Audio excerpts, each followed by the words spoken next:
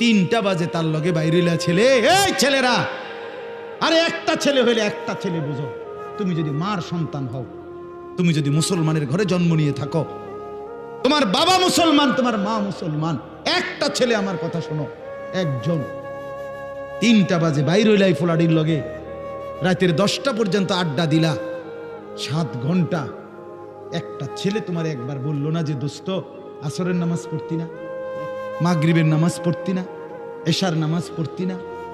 তুমি কোন দুঃখে এই ইবলিসের লগে চললা? এ তো শয়তান। কথা বলেন না কেন? এগুলো শয়তান না? তো কার লগে চললা? আপনারা ইবলিসরে দেখছেন নি? কেউ দেখছেন না? চান না চিন্তা করে দেখছেন নি কেউ আপনারা? আমি দেখছি, হ্যাঁ, আমি অহরহ দেখি, আমি নিয়মিত দেখি।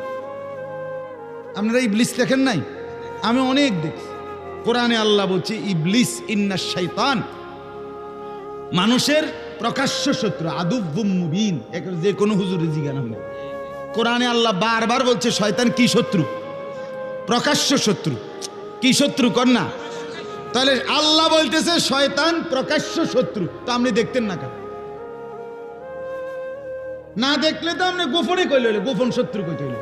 বুঝেন নাই আপনি কথাটা? হ্যাঁ, বুঝা গেল। প্রত্যেকটা গুনাহ যেখানে সোয়ার হয়, যার উর্ফে সওয়ার হয়, তেই শয়তান। আপনি শয়তান দেখতেন না কা? বুঝো নাই? যে তোমার এই মোবাইলে উলঙ্গ ছবি দেখাইলে শুরু করছে, মনে করলে শয়তান দেখছো না? এই যে তৈরি, এইটাই তো শয়তান। ও মাইতেই তো শয়তান। যেই মেয়ে বেপরদা নিজের শরীর দেখাইয়া হাঁটতেছে 8-7 কাপড় পরে, তুমি ইবলিস দেখছো না? এই যে হাঁটতে যাইতে, এই যে যাইতে আছে দে বুড়ি, তো ও আপনি চিনছেন না ইবলিস? এটাই তো ইবলিস। আল্লাহ তো বলছে প্রকাশ্য শত্রু। হ্যাঁ, গুনাহ যার উপরে ভর হয়। 2 নাম্বার, ওয়াত্তাবা হাওয়াহু।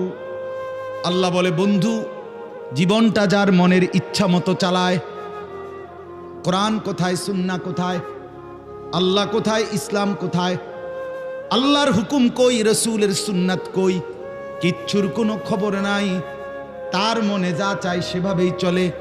আল্লাহ বলে বন্ধু, এমন মানুষের সাথে বসবেন না। এই জন্য বলি চাচারা, বাবারা, যেই 5 জনের লগে আপনি প্রত্যেক দিন বিকাল বেলা বসেন, তারা তো বিড়ি খায়, আপনি কেমনে তাগর লগে বসেন? 5 জন বিড়ি খাওয়াই না লগে বইলে ফেরেশতা তো আপনারে, এর মধ্যে আপনি যে বইছেন, ফেরেশতা আপনারে মনে করবে এই 5 জনের লগে এবড়া হলো জুনায়েদ বাগদাদি। তো কি আব্দুল কাদের জিলানী কি কোন একজন বুজুর্গের নাম কোন? এবড়ারে একটা কিছু কোন? আমনে কোন ডকের কি বোঝা যায় না? হ্যাঁ, আমনে যে চিকন টুলের মধ্যে চা দোকানে 6 জনের লগে বইয়া বইয়া টেলিভিশন দেখেন, আমনে কি ডকের মানুষ বোঝা যায় না? এবড়া হেনে বইয়া কই বালা মানুষ তো দেখি না, কীর্তেন দেখবেন আমনে? চাচা ভালো মানুষ আমার লোকে নাইবেন আপনি? আমার মাদ্রাসার মধ্যে 85 জন ছাত্র হেফজখানায় পড়ে, শুধু হেফজখানা, মোট ছাত্র 400, আলহামদুলিল্লাহ। তো এরা রাত্রে 3:30 বাজে ওঠে, রাত 3:30 বাজে এই মাসুম বাচ্চারা যখন উঠে আল্লাহর কোরআন নিয়ে পড়তে বসে, আপনি এটা একবার দেখলে না বুঝবেন ভালো মানুষ কারে কয়। সাধুয়ানি কীর্তেন টুয়ান ভালো মানুষ, হ্যাঁ, বিড়িখানার ফাঁকি দিয়ে বালা মানুষ টুয়ান কীর্তেন। রঙিন টেলিভিশনে রাক্ষসের মতো আক করে টেলিভিশন চান, আপনি কীর্তেন ভালো মানুষ টুয়ান।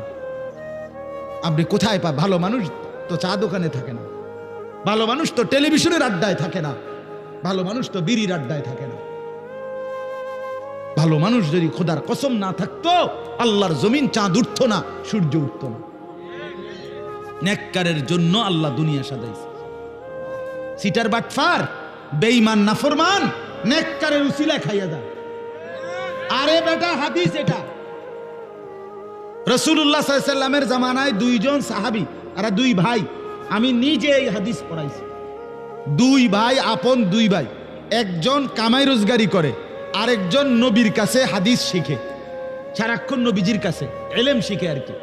তো ওই ভাই একদিন আইসা নবীজির কাছে বলছে, ইয়া রাসূলুল্লাহ, তে একটা কাম করে না, হাদিস এটা, একটা কাজও করে না, সারাক্ষণ আপনার কাছে এলেমের জন্য পড়ে থাকে, হ্যাঁ, হাদিস শিখার জন্য।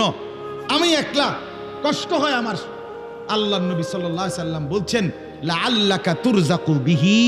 সাহাবী শুনো, ওই বেটারে কইছে, বড় মিয়া রে, আল্লাহ পাক তার বরকতে তোমারে খাওয়ায়।